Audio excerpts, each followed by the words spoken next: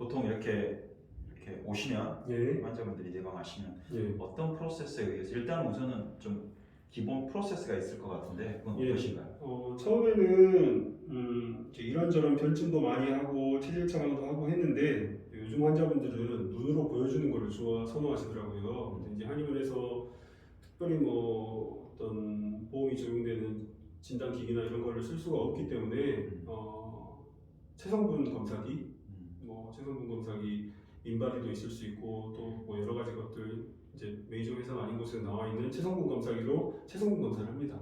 그럼 이제 신체 연령, 생물학적 연령, 복부둘레 그리고 다른 거는 볼 필요 없고 복부둘레하고 생물학적 신체 연령 그리고 잉여 체지방 이 세 가지만 이제 보여드리고 본인 나이보다 2살까지는 정상이다. 여기서 뭐 비만으로 나오든 경도 비만으로 나오든 과지방으로 나오든 근데 잉여 체지방이 15kg가 넘어가면 빨리 살을 빼시는 게 좋다. 좀 집중적으로 다이어트를 하시는 게 좋다고 말씀을 드리고 2주 이제 살이 하루에 1kg씩 이렇게 빠지면 굉장히 좋겠지만 그렇지 않거든요. 예, 살은 계단식으로 빠지고 선생님 보시기에 살이 언제 빠질 것 같으세요?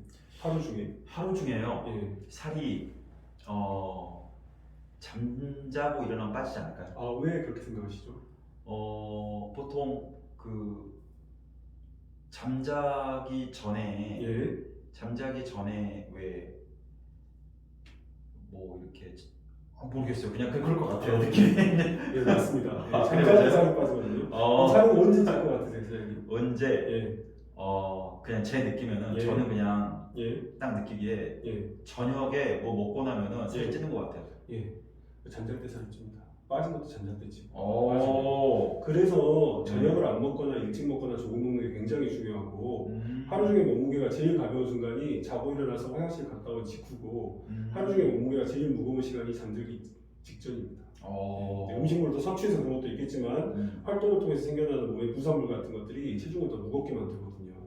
그래서 이제 저녁을 안 먹거나 일찍 먹거나 조금 먹는 게 중요한데 체중 변화를 보면 기초대사량이 높고 돌아서면은 뭐 배고프고 쇠도 씹어 먹는다는 10대, 20대 나이 같은 경우에는 체중 변화가 매일매일 다 나오지만 보통 보면 계단식으로 빠집니다. 한 2, 3일 정도 변화가 없다가 그리고 나서 몸 안에 있는 숙변이나 노폐물, 독소 이런 것들이 배출되면서 자고 일어났을 때 한 1, 2kg 정도 이렇게 이제 보통 계단식으로 빠지기 때문에 예전에는 이제 한 달분씩 다이어트 약을 드렸는데 본인이 의지가 처음에는 충만하지만 작심삼일이라고 이제 그 뒤에 안 오시는 분도 있고 뭐 이게 비용 때문에 안 오시는 건지 아니면 약을 다 드셔서 원하는 만큼 살이 빠져서 안 오시는 건지 알 수가 없어서 저희는 15일 이제 아까 프로세스를 말씀하셔서 15일분만 약을 먼저 드리고 이제 본인이 내원하기 어려운 환경이다 라고 하시면 이제 그런 분들한테는 1개월에 3개월분을 약을 드리지만 15일 단위로 오셔서 체성분 검사를 하고 검사 결과를 보고 변화가 좋으면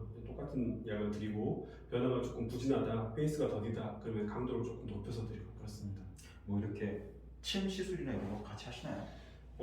이제 카복시나 비만침이나 뭐 이제 산삼 비만 약침이나 여러 가지 것들이 있을 수 있는데 일단은 침 치료가 보험이 적용이 되면 굉장히 좋겠지만 보험 적용이 되지 않기 때문에 이제 본인 부담금이 30% 우리가 생각하는 진료비가 30%가 아니라 100%를 부담하셔야 돼요. 미용의 영역이기 때문에. 그래서 비만침은 당연히 좋지만 비만침 치료 한 번 받는데 뭐 10,000원, 20,000원 뭐 이렇게 뭐 한 달이면 7, 80만 원 정도 비용이 들기 때문에 저는 이제 추천드리진 않고요. 먼저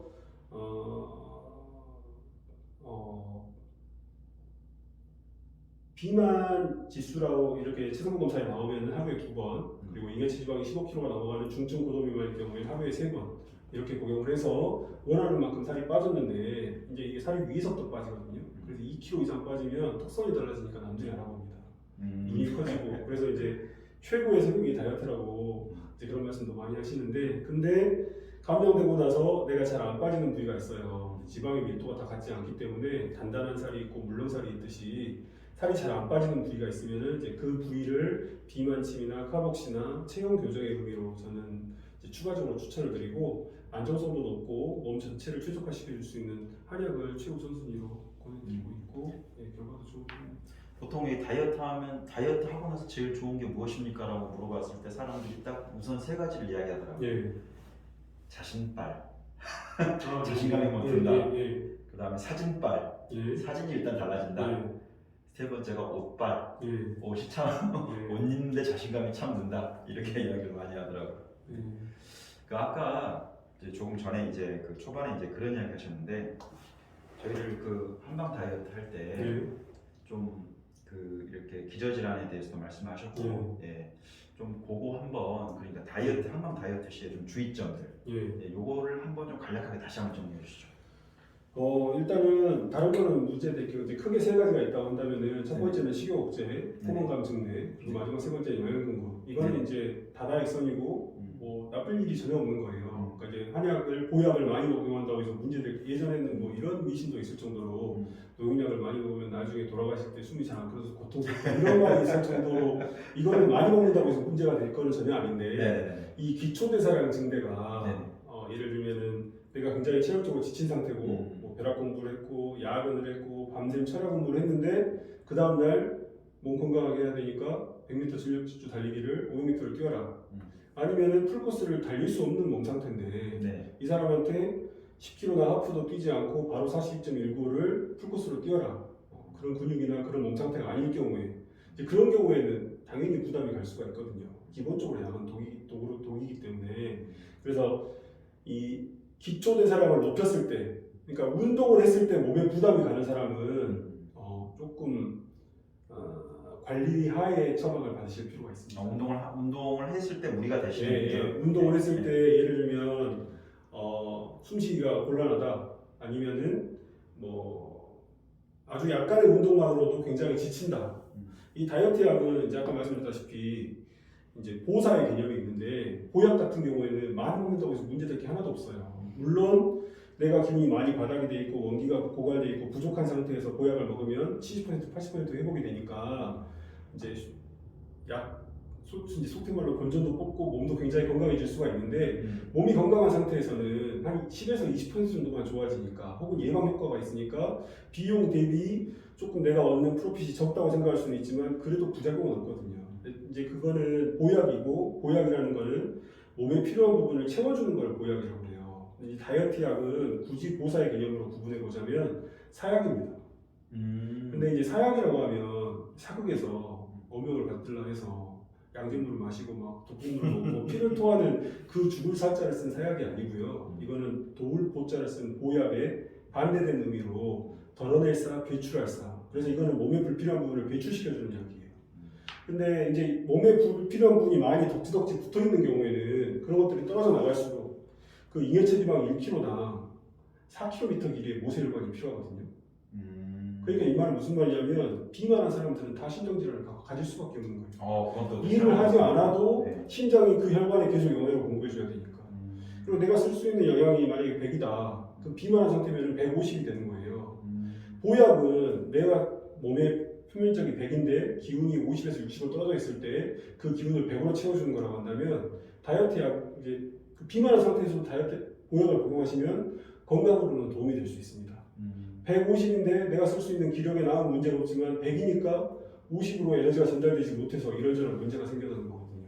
그래서 다이어트 약 같은 경우에는 이 100의 에너지를 150으로 늘려주는 게 아니라 150의 표면적을 100으로 줄여주는 역할을 하기 때문에 100으로 줄어들 때까지는 보약을 먹은 것처럼 아까 말씀하신 것처럼 자신감이 생겨나고 아침에 일어날 때 몸이 가볍고 뭔가 좀 에너지가 충만한 느낌이 드는데 여기서 이제 조금 더 무리해서 예를 들면은 뭐 신명을 밝힐 수는 없지만 미스코리아 지역 예선에 나가겠다고 오셨는데 굉장히 건강하신 분이에요. 마름이고 근데 일주일 사이에 3kg를 빼야 된다.